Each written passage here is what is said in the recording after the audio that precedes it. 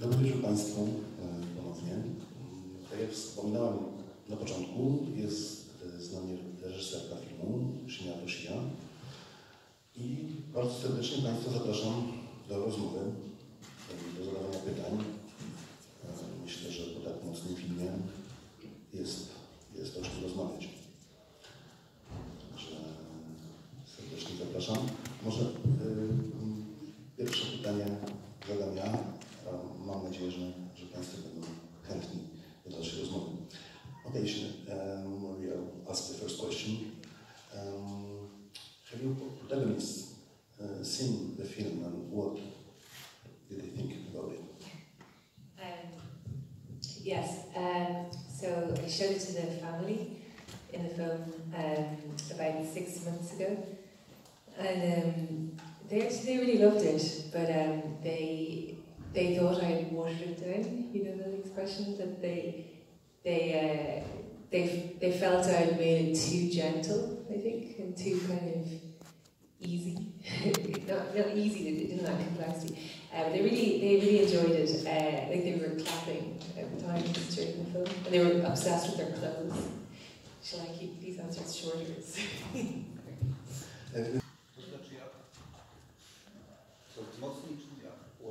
How do you think? How would you make it more stronger? I don't know exactly what they mean, because I don't know. I don't know. Kevin Barry was like, you left out blood and guts, but I didn't. Like most people who watch that film think that's pretty crazy inside the house, but.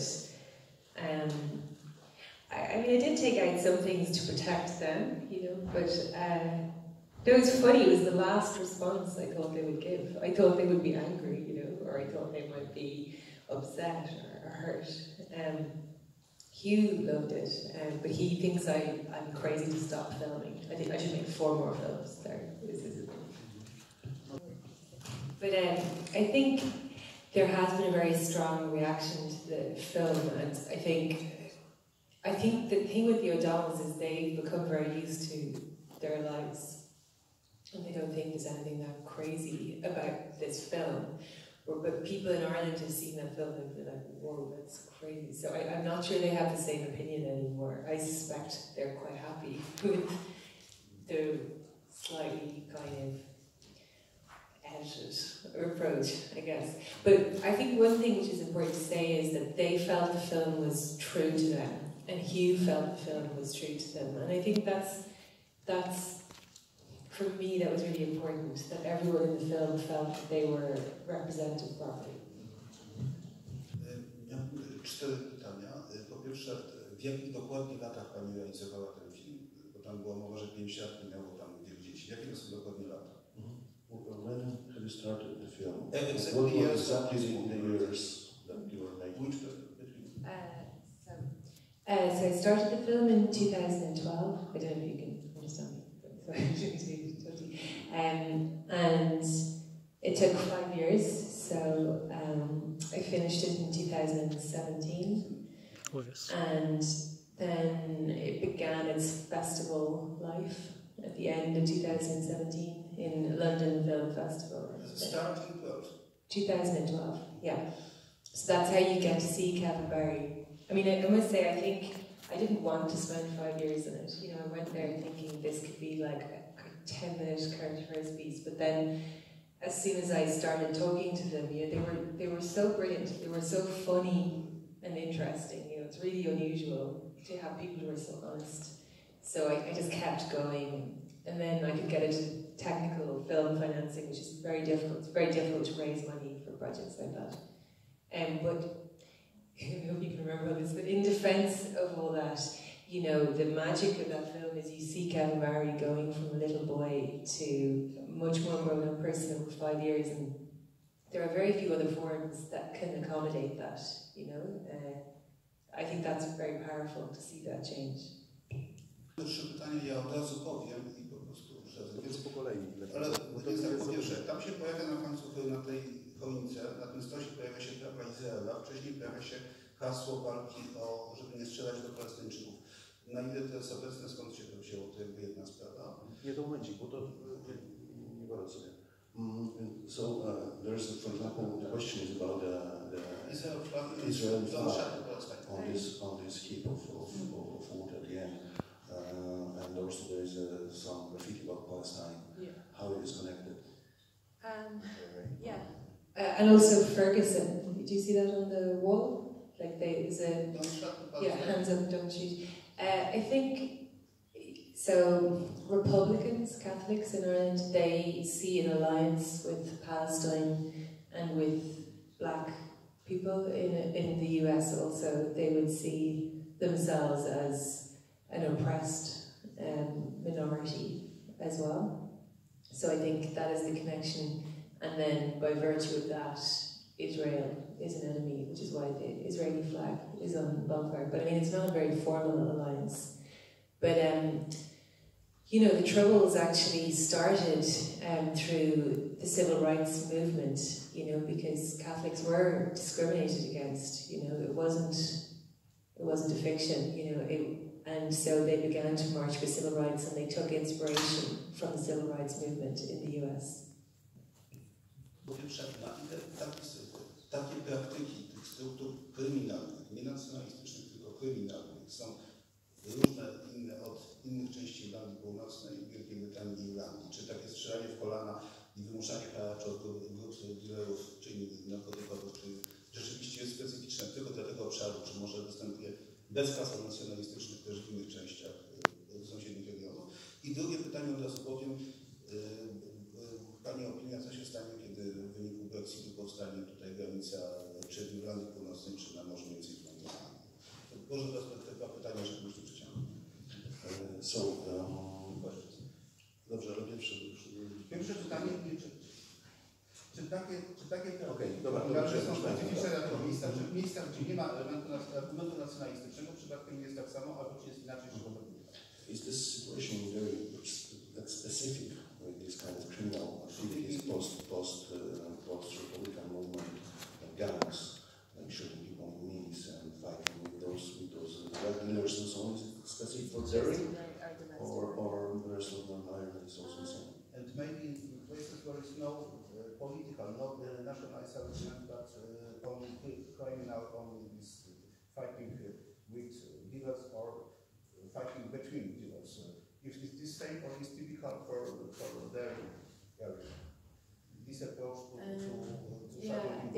I think it's a tricky question because I'm really conscious, you know, that this doesn't represent all of Derry at all, you know, and actually a lot of Derry, I was saying this last night, you know, since the Good Friday Agreement has really flourished actually, and there's a lot of people who have no connection at all to this.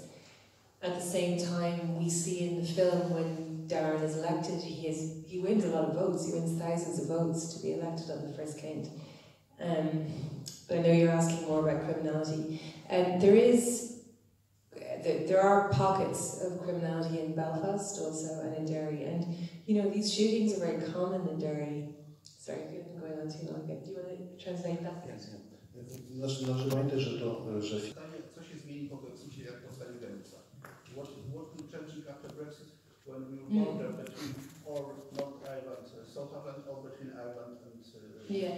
So that was what I was going to continue saying. So, you know, these shootings are happening all the time, and so the UK authorities have no interest at all. You know, a few weeks ago, a man was shot in front of 3 children, you know, in his own home. They broke in.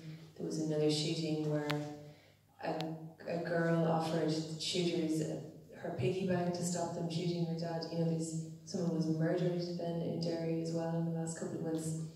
And, you know, there's this huge saga over Brexit in England, and they are so angry that the EU is talking about Northern Ireland. They keep saying, but there's no problem with Northern Ireland, and there is a problem with Northern Ireland. Like, the war is still, it's not over. I'm not saying it's on, but it's not over.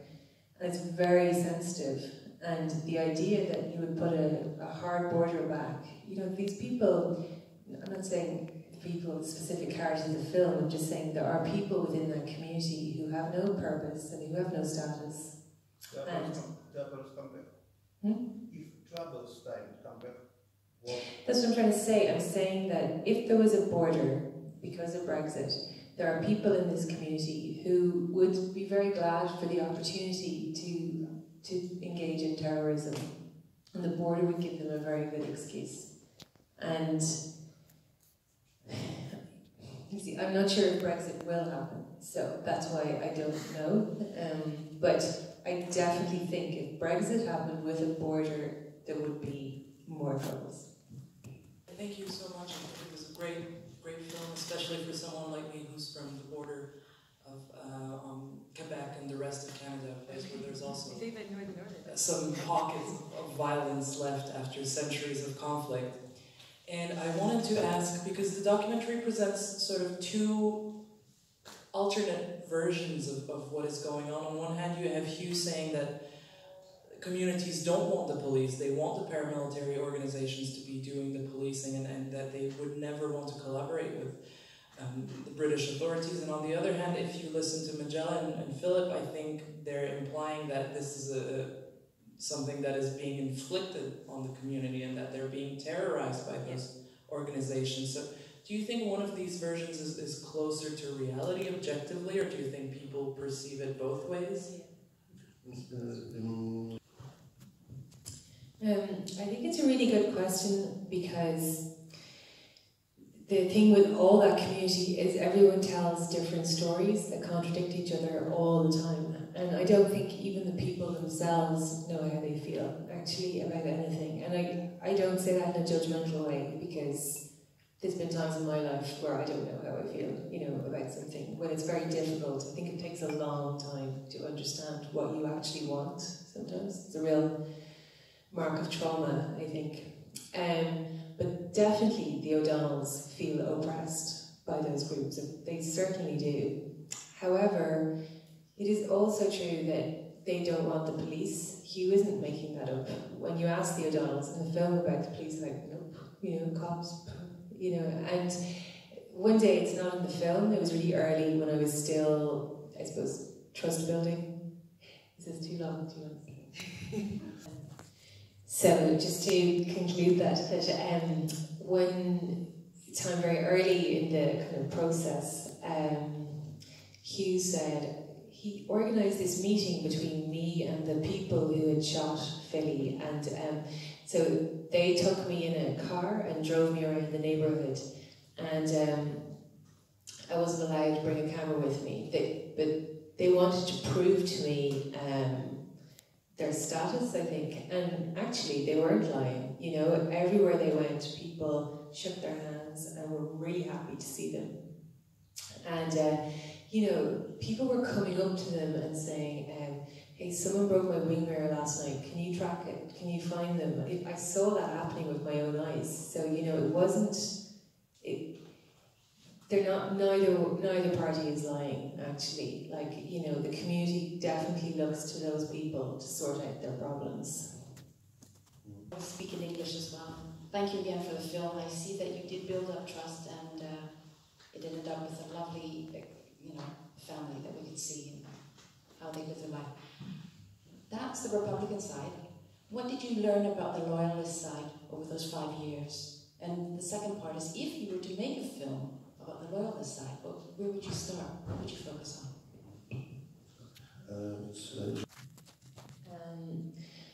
Well, I was never going to, actually the Loyalist population in Derry is very, very small, so it wouldn't have been the right place to start to make a film. And also, a documentary is not a piece of journalism, so I'm a journalist also, and you would never, obviously, write an article that just focused just on one family on one side, but for a documentary, actually, part of that is to create the truest portrait, I think, of a situation, and so it didn't need a Loyalist context, because actually there is no Loyalist context in Derry.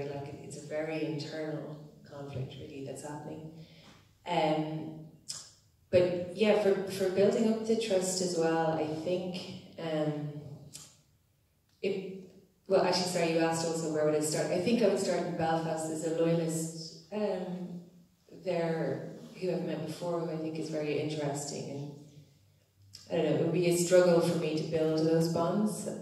I'm from the Republic. I'm not a practicing Catholic. Like, you know, you start with the Republican community. You're already, you know, on a good footing. And it was, you know, it was very. A lot of people had tried to go to that family, and they tried to, you know, do news reports, and they'd said no to a lot of people.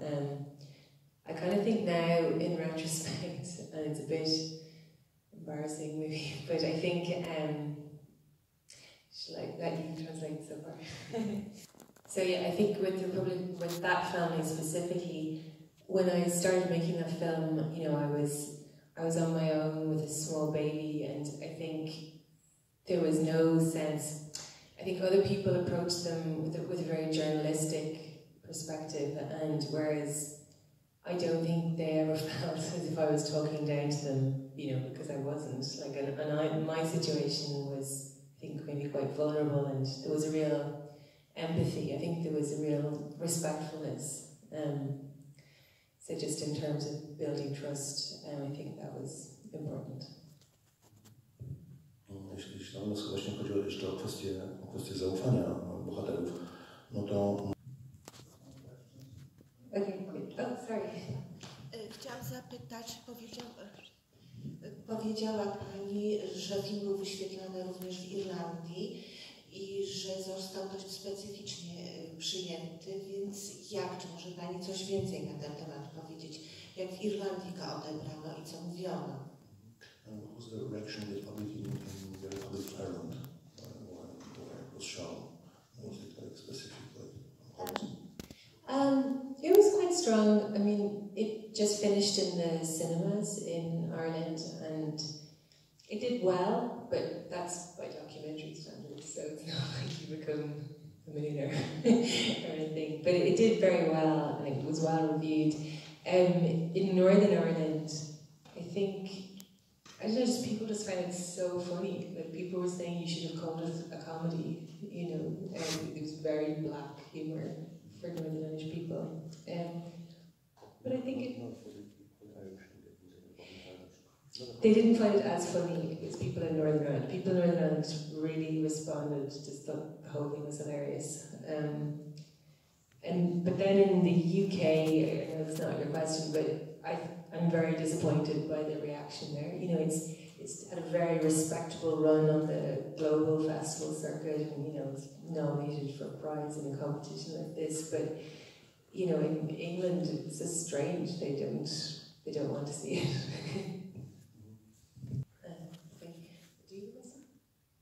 Okay, well, I would just like to say thank you for your patience and your concentration, and thank you for coming. And also, you know, at the end of the day, this is a very small film, and we would be grateful if you could share, if you like the film, if you could share your opinion about it on social media or something, because it does actually make a difference for a small film like this. Dziękuję serdecznie, bardzo. This flute melody. What's name is melody? Yeah, I can hear it. I don't know what it is. I can find out if you like. You can join the Facebook page, and I can put it on that if you want. I don't know. It's a traditional tune, so. But you not remember name No, apologies. You're really exasperated. Anyway, thank you for your time and your very intelligent questions. Thank you.